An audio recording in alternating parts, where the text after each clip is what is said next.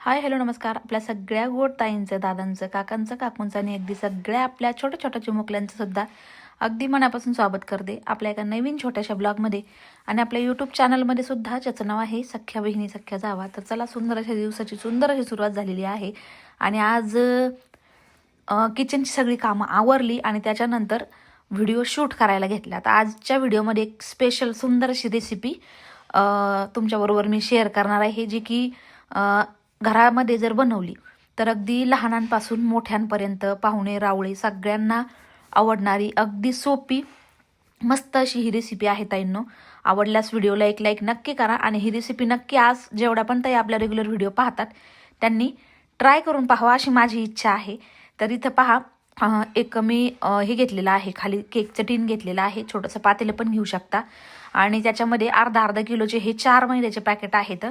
एक कॉटनचा रुमाल घेतलेला आहे. आता मी इथं 1 किलो मैदा म्हणजे 2 अर्धा केजीचे पॅकेट याच्यामध्ये मी सोडलेले आहेत. आता ह्या मैद्यामध्ये कचरा, किडे वगैरे असं काहीही नव्हतं, फ्रेश आहे एकदम. त्यामुळे मी काय चाळून वगैरे याला घेतलं नाही, कारण याला आपल्याला नंतर तर चाळायचंच आहे.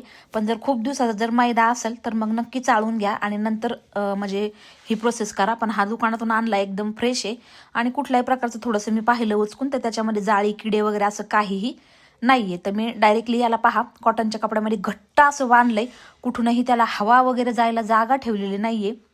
एकदम वरचं जे उरलेला कपडा असा पिरगळून वगैरे व्यवस्थित बांधून घेतलेला आहे, कुठेही जागा ठेवायची नाही. आता तुम्हाला प्रश्न पडला असेल की ताई नेमकं करती काय, तर मी सुंदर अशी खुसखुशीत एकदम मस्त अशी आज चकली बनवते. आता चकली म्हणलं की आपल्या डोळ्यासमोर येतं भाजणीचं पीठ वगैरे, पहा सगळं डाळीचं मिक्सचर वगैरे एकत्र करून भाजणीची चकली आपल्या डोळ्यासमोर येते.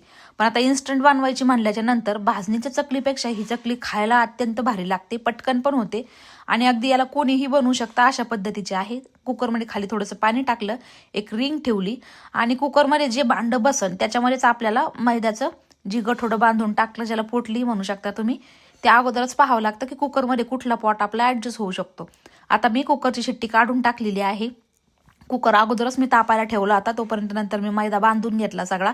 शिट्टी काढल्याच्या नंतर बारीक गॅसवरती 45 मिनिटं आपल्याला तो जो मैदा आपण बांधून ठेवला तो छानपैकी शिजू द्यायचा. किती ताई? 45 मिनिटं बरं का. तर बारीक गॅस असायला हवा, शिट्टी काढलेली असायला हवी. शिट्टी नक्की काढा, नाहीतर मग व्यवस्थित होणार नाही. शिट्टी काढून मी साईडला ठेवून दिली आणि छोट्या गॅसवरती अगदी घड्याळ लावून मी तो मैदा उकडायला ठेवला. आता साईडला 1 वाटी मी मुगाची डाळ घेतलेली आहे आणि ती सुद्धा पाणी टाकून शिट्ट्या व्हायला ठेवलेली आहे. आता मुगाची डाळ आणि मैद्याची चकली मला बनवायची, तोपर्यंत बाकीचं होतंय म्हणलं.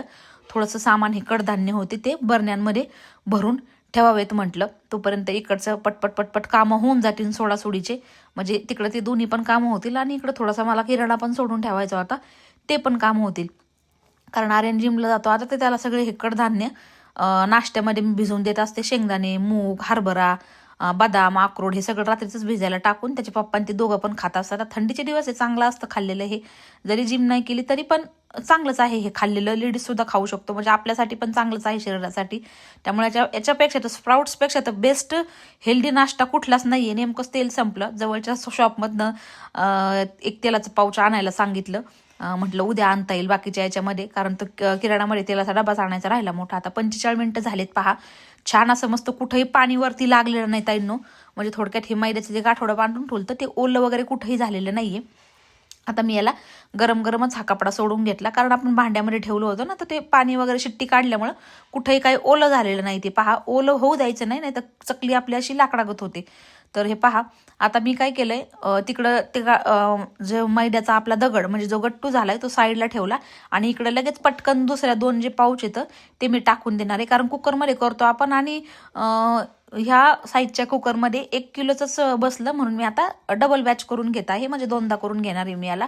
तर छान होती, मस्त होती ताईंनो. एकदा नक्की माझ्या सांगण्यावरनं ट्राय करून पहा. अगदी बनवून ठेवली महिना, 1.5 महिना, 2 महिना, छान खुसखुशीत जशी तशी राहते. कुठल्याही प्रकारचा तेलाचा वास येत नाही. प्रवासात सध्या पिकनिकला सगळेच जाता येतं, तर प्रवासात सुद्धा आपण ह्याला करून नेऊ शकतो. 2-2 महिन्या चकलीला काहीही होत नाही. पण काय असतं की मैद्याचं आहे आणि काही काही लोक फार हेल्थ कॉन्शियस असतात, काही काही लोक फार मैदा वगैरे खायला नको म्हणतात. पण आजकाल कितीही हेल्थ कॉन्शियस आपण राहिलं तरी मार्केटमध्ये सगळं मिळावटीचंच सामान मिळतंय. आजकाल काहीही ओरिजिनल राहिलेलं नाहीये. जे आपण स्वतः हाताने पिकवून खाऊ किंवा आपल्या शेतामध्ये करून खाऊ आपल्याला माहिती असतं की हा याला आपण हे नाही मारलेलं, एरिया नाही मारलेला, हे खत नाही मारलेलं किंवा ग्रो होण्यासाठी आपण त्याला ह्या कुठल्याही प्रकारचे इंजेक्शन नाही दिलेले, औषधं नाही मारलेलं, तेच ओरिजिनल.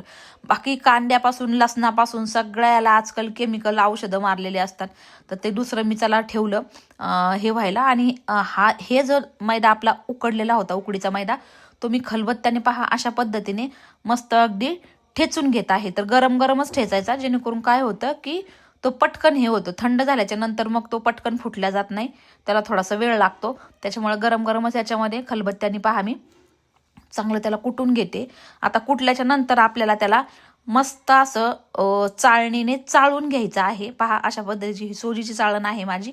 नॉर्मल आपली गव्हाची चाळण जरी घेतली, ज्याने आपण रेग्युलर पीठ चाळतो, त्या चाळणीने चाळलं तरी ठीक. आता जशा आपण हाताने कुठळ्या फोडू ना, तशा त्या फुटत जातात अगदी इझिली. जसं की पिठी साखरेच्या कशा गाठी असतात तसं. तर गरम हे फार हे हाताला थोडे चटके बसतात, पण काही नाही, होऊन जातं पटकन. आणि जर वाटलंच जर असं हाताने थोडासा होतोय त्रास, तर आपण तांब्यानी, वाटीनी, ग्लासाने सुद्धा याला रगडू शकतो, इझिली बारीक होऊन जातं. तर अशा पद्धतीने पहा एक बॅच शिजूपर्यंत मी ही सगळं छान असं कुटून गाळणीने चाळून घेतलं, जेणेकरून चकली बनवताना सोऱ्यामध्ये कुठल्याही प्रकारची गाठ यावा नाही, गुठळी व्हावा नाही, चकल्या छान अशा मस्त व्हाव्यात.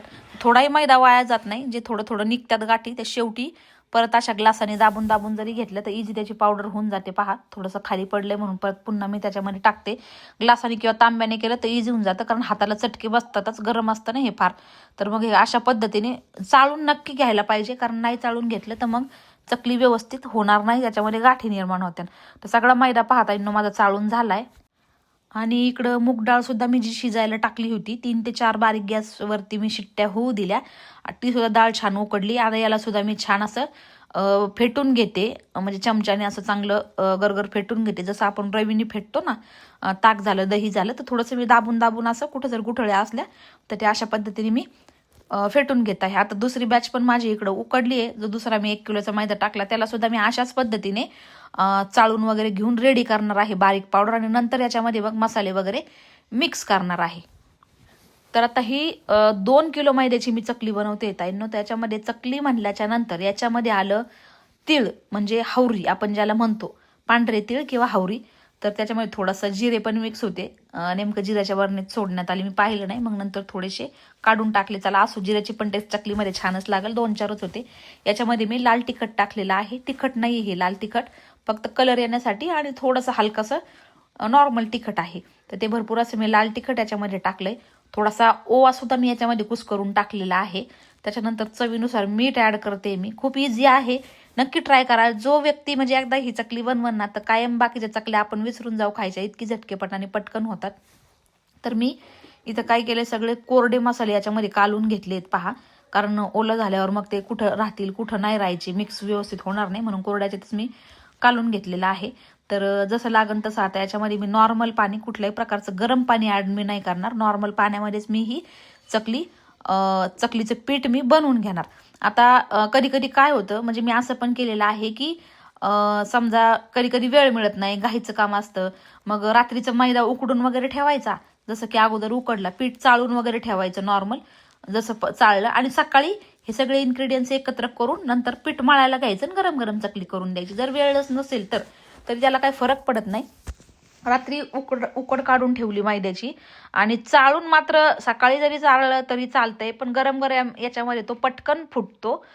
तसं थंड झाल्याच्या नंतर थोडासा त्रास देतो फुटायला. त्याच्यामुळे जर फोडून आपण जर ठेवलं आणि चाळून जर ठेवलं डब्यामध्ये मैदा उकडलेला, तर कधीही आपण त्याची चकली करू शकतो अशा पद्धतीचं. तर पहा इथे पीठ मी मळायला घेतलेलं आहे, छान असं पीठ मळून मग आता संध्याकाळी पीठ नेमकं मळायला घेतलंय, कारण सगळ्यांची जेवणं वगैरे झालेले आहेत. आणि म्हटलं मग आता करून घ्यावं, कारण अशा गोष्टीला वेळ फार लागतो बनवायला ह्याला. आणि मग थोडंसं सगळी कामं आटपलेली असली की मग काय वाटत नाही. तर हे पहा अशा पद्धतीने पीठ छान असं भिजलंय जेवपर्यंत. आणि आता एका प्लेटला पहा अशा पद्धतीने ऑइल लावून चकल्या पटपट पाडून आता घेईल, स्वाती बनवून देईल, आणि मी पटपट एक साईडला तळून घेईल. तर नक्की ताईंनो चकली मस्ट ट्राय, एकदा ट्राय करून पहा, खूप नक्की तुम्हाला आवडणार आहे. तर आता नेमकं दुसरा जो स्टीलचा सोऱ्या होता तो आमचा सापडतच नव्हता. त्याने कसं एका हाताने पण होतं आणि पटपट होतं. हे पितळी सोऱ्याला ना लई म्हणजे दाबावा लागतं, जोर जास्त लावावा लागतो. चकलीचं पीठ जास्त पातळ करू नका, नाही तर चकल्या फार तेल पितील.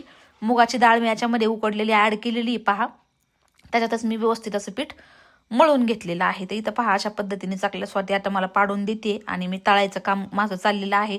ध्रुव आणि रुद्र दोघंही वाट पाहतायत की कधी चकली होईल. जसं कळालं की आज करायची तसं कंटिन्यू किचनवर इथे ध्रुवच्या 10 चक्रा झाल्यात. आई झाली का, आई झाली का, किती वेळचं चाललेलं आहे त्याचं. तर अशा प्लेटमध्ये पहा पाडून पाडून ठेवल्या. आणि इथे मी आता स्टीलची कढई घेतली नाही, कारण मला आलेला अनुभव एका दिवाळीला मी स्टीलच्या कढईमध्ये चकल्या तळल्या जाड, म्हणजे गेल्या दिवाळीलाच.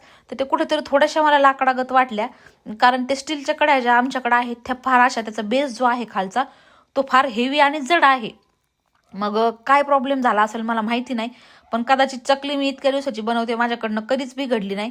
पण मी पहिल्यांदा त्याकडे चकली तळल्यामुळं ती बिघडली. म्हणजे असतं छोट्या मोठ्या गोष्टी आपण थोडासा अंडर एस्टिमेट करतो, पण त्याचा बराचसा फरक पडत असतो. तर मग नंतर मी गेस केलं की का असं झालं असेल, मी तर एवढ्या वर्षापासून बनवते, माझी लाकडाकत का झाली असेल चकली. मग मी म्हणलं अरे मी तर ह्यावेळेस कढई चेंज केली ती, आणि मला असं वाटतं ती रेसिपी मी तुमच्या बरोबर तेव्हा पण शेअर केली होती. तर आता मुद्दामनं मी जर्मलची कढई घेतली जी घरातली जुनी आहे, त्याच्यामध्ये तळून पाहिल्या आणि एक बॅच झाल्याच्या नंतर थोडी थंड होऊ दिली आणि लगेच खाऊन पाहिली. तर अगदी परफेक्ट झाली. कारण प्रमाण तेच असताना चकली बिघडायचं कारण गेल्या वर्षी हेच होतं की स्टीलच्या मोठ्या जाड बेसची कढई मी वापरली होती, बाकी दुसरं काहीच रिझन नव्हतं. तर 2 गॅसवरती 2 कढया ठेवल्यात आणि पटपट तळायचं काम चाललंय. कारण चकली तळायची म्हणल्यानंतर पेशन्सफुली तळावी लागते, त्याच्यामुळे एका गॅसवर काम नाही. कारण चकल्या खालून म्हणजे पटपट होतात बनवून, पण तळायला वेळ लागतो. म्हणून मी इथं 2 गॅसचा वापर करते. दोन्हीकडे 2 कढया ठेवल्यात आणि मस्त चाललेलं आहे. 3 याच्यावर तळावं म्हटलं होतं, पण एक गॅस आमचा थोडासा बारीक चालतो, त्याच्यामुळे म्हटलं नको आतीच बारीक येतो उगाच परत लाकडागत व्हायच्या, म्हणून 2 याच्यावरती मस्त तळायचं काम पटापट चालू आहे पहा. तर चकली टाकल्या याला मी अजिबात हलवत नाही, कारण मग तुटायची शक्यता असते. थोडा वेळ चांगली एक साईडनी भाजू देणार आहे आणि मग हलक्याशा चमच्याच्या सहाय्याने याला मी पलटी करणार आहे. जर का ओल्याच्या मध्ये जर आपण हलवली तर ती तुटण्याची शक्यता राहणार. तर आज अचानक बघा चकल्या बनवायला घेतलेल्या आहेत आमच्या ध्रुवबाळाच्या फरमाईशवरती. कधीपासून म्हणतोय सॉरी ध्रुव चकली बनवायची? दिवाळीपासून म्हणतोय बाई. तो सारखं त्याने दिवाळी नाही, गौरी गणपती पासून म्हणतोय. दिवाळी तर लई लांब राहिली बाई.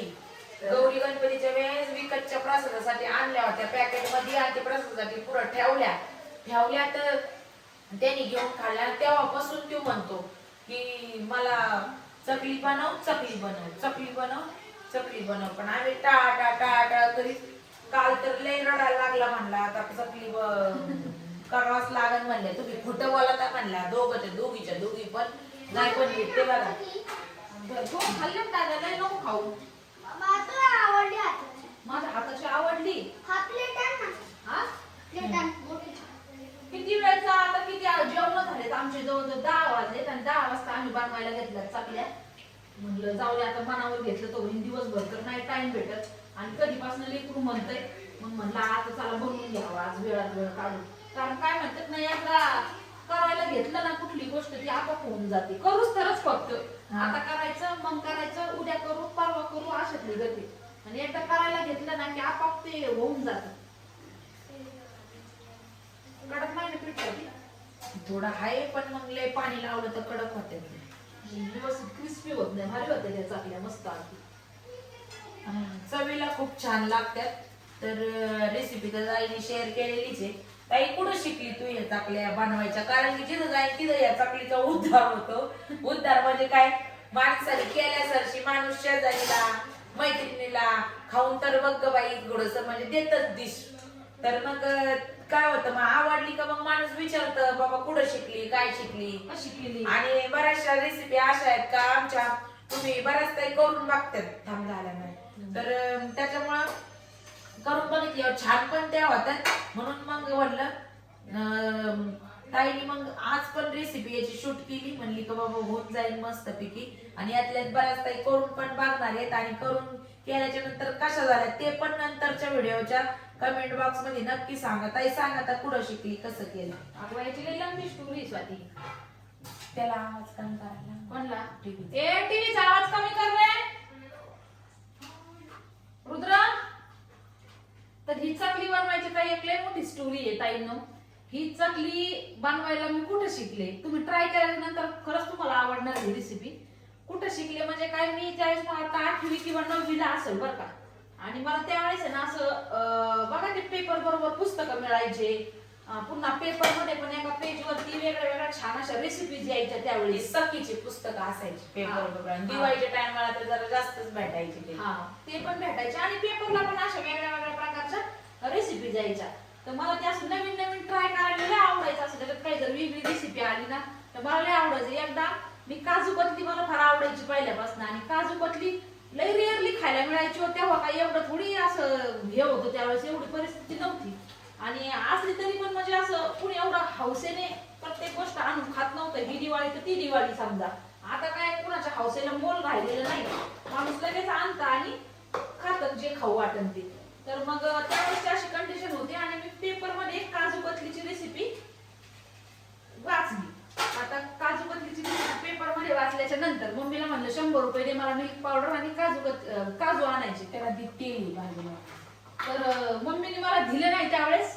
म्हणजे नाही काही निघतं तुझं असं तसं. तर मी रडायला लागले. आमच्या शेजारच्या एक बाई होत्या, म्हणजे त्यांना आम्ही बाई म्हणायचो. त्या सगळ्या मुलांच्या एरियामधल्या सगळ्या मुलांची ट्युशन घ्यायच्या. तर त्या म्हणल्या काय वहिनी 100 रुपयेच मागते ना लिहू शिकन तरी त्याच्यातनं द्या आम्हाला. कसं वाटायचं बाबा काही नाही बिघडलं काय झालं काय गेले तेवढे वाया. मग त्यावेळेस 100 रुपये म्हणजे खूप मोठी गोष्ट खूप मोठी गोष्ट होती. आणि मी 100 रुपये मागायची सगळं साहित्य आणण्यासाठी. आणि मग त्या बाईंच्या म्हणण्यावरती मम्मीने मला 100 रुपये दिले. मग मी त्याची काजू घेऊन आले पावशर आणि मिल्क पावडरचं एक पॅकेट घेऊन आले आणि त्या पेपर मध्ये दिलेल्या रेसिपीच्या फॉलो करून अकॉर्डिंग मी ती काजू कतली बनवली. तर इतकी मकडून माझ्या मम्मीने खाल्ली तेव्हा, वडिलांनी पण सगळ्यांनी. आणि तेव्हापासून ती छान झाली. म्हणजे पहिलीच रेसिपी पेपर मध्ये पाहून त्याच्यानंतर मी काय करायचे, कात्रनं कापून वही चिकटवायला सुरू केलं. मी नववीत असताना बरं का. असं काही म्हणजे मला काही असं वेगळी रेसिपी आली आवडली का तेवढंच कट करायचं आणि याच्यामध्ये चिटकवायचं. कट करायचं एका याच्यामध्ये चिटकवायचं. आणि त्यावेळेस बघा दूरदर्शनला ते हप्त्यातनं एकदा रेसिपीचे शो पण आम्ही आम्ही सारे खवय्ये. तर ते पण मी फार आवडीने बघायचे आणि त्या पण रेसिपी मी ट्राय करत राहायचे. म्हणजे मला आवड होती पहिल्यापासून. आणि असं चिकटवत आहे ना बरंच माझं एक मोठं रजिस्टर भरलेलं होतं. आता लग्न झाल्याच्या नंतर मी ते रजिस्टर माझे बरेचसे काही ते सर्टिफिकेट वगैरे इकडे घेऊन आले म्हणजे सासरी. आणि एका अशाच दिवाळीला लग्न झाल्याच्या नंतर म्हणजे मी ती फक्त चिकटून ठेवलं होतं वहीमध्ये. मी ती चांगली ट्राय नव्हती केली. आणि त्याच्यानंतर 3-4 वर्षांनी लग्न झालं. लग्न झाल्याच्या नंतर मी मग पहिल्या दिवाळीला असंच ते वाचत होते. त्याच्यातनं मी ती चांगली ट्राय केली. तर ती इतकी छान झाली पहिल्याच वेळेसला, मस्त अगदी. तेव्हापासून मग मी ही चकली बनवते. आणि पता नाही कित्येक जणींना शिकवली असेल बरोबर पण असताना. हा मान्य आहे की मैद्याची आहे, हेल्दी नाहीये, पण टेस्ट छान लागते. कधी कधी चालतंय. आपण जे विकत आणतो त्या तरी कुठे भाजणीचे चकले असतात, अशाच मैद्याचे जास्त बनवलेले असतात. हा तेच तर. आणि पहिले कसं युट्यूब वगैरे काही नव्हतं. आता काय कोणती रेसिपी करायची म्हणली काय असलं तरी पण आपण इझिली ज्या गोष्टी ज्या माहित नाही त्या सुद्धा त्याच्यावर माहिती होतं. पहिलं काय होतं काहीच नव्हतं. टीव्ही सुद्धा काही बघायला नव्हता मिळत. हे रविवार ती रविवार पहिले एक गोष्ट होती ताई नो. आता आपल्याला काही शिकणं ना युट्यूब मुळे खूप सोपं झालं. युट्यूब, फेसबुक, इंस्टाग्राम सर्च केलंय का सगळं येतंय. पण पहिले लोक ना असं होतं म्हणजे मला तरी आढळण्यात आलं एखादी गोष्ट जर चांगली केली ना आपण जर विचारलं ना तर ते परिपूर्ण नॉलेज आपल्याला देत नव्हते. ते चोरून ठेवायचे. म्हणजे असं होतं. पण आजकाल व्ह्यूजच्या किंवा मग कशाच्या पण फायद्याच्या चक्करमध्ये लोक सगळं छान. आता आजकाल किती रेसिपीचे चॅनल आहेत की ते आपण ट्राय केल्याच्या नंतर मस्तच रेसिपीज होतात. आणि आता पहिले तर कॅलेंडर मध्ये पण बघा रेसिपी असायच्या मागच्या पानाला. बरंच काय काय त्याच्यामध्ये लिहिलेलं असायचं कशापासून काय फायदा होतो काय नाही. ते पण म्हणजे वाचल्यावर पण आता सगळं सोपं झालेलं आहे. पहिले ते कॅलेंडर घ्यायचं त्याच्या पाठीमागं काय लिहिलंय ते बघायचं. आणि पहिले ना प्रोजेक्ट पण पहा मुलांना वेगळे होते. असंच काही पण म्हणजे ड्रॉइंग जरी काढायला लागलं तर आगळा वेगळा प्रकार आणि मनाने म्हणजे ओन क्रिएटिव्हिटी त्याच्यामधून निर्माण व्हायची मुलांची सुद्धा. आपल्या वेळेस काय चित्र गोळा करा, ते कट करा, ते कातरून मग चिटकवा. आजकाल मुलांना नुसतं युट्यूबला सर्च केलं आणि गुगलला सर्च केलं का धडधड सगळं येतंय. डोकं चालवणे नाही असं व्हायचं. आणि त्यावेळेस मग नवीन काही ड्रॉइंग करायची काही म्हणलं का मग कॅलेंडरवर बघा, पुस्तकांवर बघा, त्याच्यातलं कॉपी पेस्ट करून मग ते काढा. म्हणजे दिमाग चालवावं लागायचं. आता काहीच नाही राहिलं. आता नुसतं गुगल. तरी पण आताची मुलं जास्त ऍक्टिव्ह आहेत आपल्यापेक्षा. पण त्यांना व्यावहारिक नॉलेज असं एवढं नाही. माणसात कसं वावरावं हे मात्र समजत नाही. फक्त मोबाईल, टीव्ही आणि अभ्यास एवढंच झालेले पुस्तकी किडा. बाहेरचं नॉलेज बाहेरचं नॉलेज नाहीये, कसं माणसात वागावं, कसं बोलावं, म्हणजे हे मीन्स कळत नाही पोरांना अजिबात कुठल्याच. म्हणजे आमच्या पण नाही कळत. तर सगळ्याच असं मुलांची सगळ्यांचं सध्या तरी तेच तेच झालेलं हाल आहे. येतं. काय असं करणार आहे. आता, ते एक जगण्याचा पार्टच होऊन गेलेला आहे, त्याच्याशिवाय आता होऊच शकत नाही. नाहीतर बघा, ज्यावेळेस युट्यूब नव्हतं, हे असं काही नव्हतं, तर किती असं एकत्र पाहून पिक्चर पाहिले जायचे. मोबाईल होते छोटे छोटे, ते फोन होते फक्त मोबाईलवर बोलण्यापुरते. पण जेव्हापासून हे ज्यावेळेस मोठे फोन आले, अँड्रॉइड आणि सगळं मोबाईलवरती मूवी हे ते सगळं सुरू झालं, तर ते एकोपा जो होता तो फॅमिली मधला किंवा मुलांचा, ते सगळा मिटला. ते मोबाईल मध्ये व्यस्त आणि एक रूम आणि छोटे घर पद्धती ती खूप भारी होती. Joint family. जॉईंट फॅमिली मध्ये एकच रूम, एका रूम मध्ये बरोबर कोण काय करतंय ते सगळं बघून एकमेकांचं, एकाच रूम मध्ये झोपणे, एकाच रूम मध्ये उठणे, जेवण सगळं सोबत. आता प्रत्येकाचं वेगवेगळं झाले, सगळं वेगवेगळा रूम, वेगळ्या ठिकाणी जेवायला बसायचं सगळं. मुलांना पण वेगळा रूम आहे. हा आपलं त्याच्यामुळे कसं स्वाती नाही का, आपलं लहानपण किती छान गेलेलं आहे गं. एका लई छोट्याशा छान. रूम मध्ये आजी, म्हणजे 3 रूम होत्या अशा. 3 रूम मध्ये आमची जॉईंट फॅमिली होती. माझे मोठे चुलते, परत माझ्या 3 वहिन्या, 3 भाऊ, परत आम्ही, म्हणजे 3च रूम मध्ये माझी आजी बाबा, असं सगळं आम्ही असं सगळं कंटिन्यू राहायचो. एकत्र जेवणं, एकत्र झोपणं, संध्याकाळचं जेवण सगळे आमची चाळ असं बाहेर बसून करायचे. खरंच ते भारी दिवस होते बाबा. आता काहीच नाही राहिलं. आमचं लहानपण सगळं चाळीत गेलेलं आहे ताईंनो. सगळं चाळीत आम्ही ती मजाच वेगळी. कधी जर गेलो ना आमच्या चुलतीकडे, तर नक्की आम्ही तुम्हाला आमचं जुनं घर दाखवू की कशा छोट्याशा रूम मध्ये आमचं लहानपण गेलंय. पण ते इतकं छान होतं नाही स्वाती, स्वर्गच. कितीतरी मोठं होतं. सगळे मुलं मुली एकत्र खेळणं, सणवार आले म्हणजे ते वेगळंच होतं बाई. ते आयुष्यच वेगळं होतं. आता तिकडे गेला तुम्ही, जर ते तिकडे पाहिलं ना त्या घराकडे, म्हणजे माझी चुलती अजून तिथंच राहतात, पण त्यांनी दुसरीकडे इकडे साईडला बांधलं. पण तिथं जर गेलं आणि त्या होळीकडे पाहिलं, तर अक्षरशः डोळ्यामध्ये पाणी येतं. आजीच्या आठवणी, ते सगळ्या लहानपणीच्या आठवणी सगळ्या तिथं दिसतं. अशी नजर जरी मारली ना की ताज्या होतात. मागच्या वेळेस 7 वेळेस मी हिला म्हणतो चल साथी आपण जाऊन येऊ, पण साथी म्हणजे नको काय, कारण तिथं गेलं की आजीच्या आठवणी येणार. हा ते तर होतच. जरा निब्बात जाते बरं का, पण पातळ केलं ना की ते चांगलं नाही होत. कडक होते. म्हणजे काही संध्याकाळचा कार्यक्रम चालला, आता उद्या आहे संडे, त्याच्यामुळे म्हणलं जाऊ दे, लय दिवसाचे पोरं म्हणून उशीर झाला तरी जमन म्हणलं. लय दिवसाचं लेकरांचं चाललं ना, ते कामाच्या याच्यामध्ये आमच्याकडे घेऊन जात होतं, तर नक्की आणि एवढ्यात काही बनवणं पण होत नाही ना. आणि असं होतं एक्स्ट्रा काही, तेवढंच भाजी चपाती, त्यांना तेवढंच वेगळं काही खाण्यात येतच नाही असं.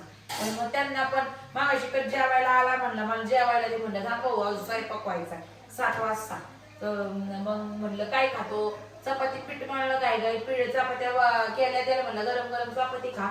मला नाही काय ते चटक मटक टेस्टी पाहिजे मला टेस्टी. म्हणलं काय द्यायचं तुला टेस्टी, म्हणला चकली द्या. म्हणलं चकलीला 10 वाजणार आहेत भाऊ. आताच म्हणला मी रोज टिफिन मध्ये 2 घेऊन जाणार आहे. तर रोजच्या टिफिन मध्ये मला 2 घेऊन जायच्या. म्हणलं जा बाबा रोज 2 घेऊन जा. ते आता कधी पण माग लागत. आता राजू पण खातील ना आणले देत तर.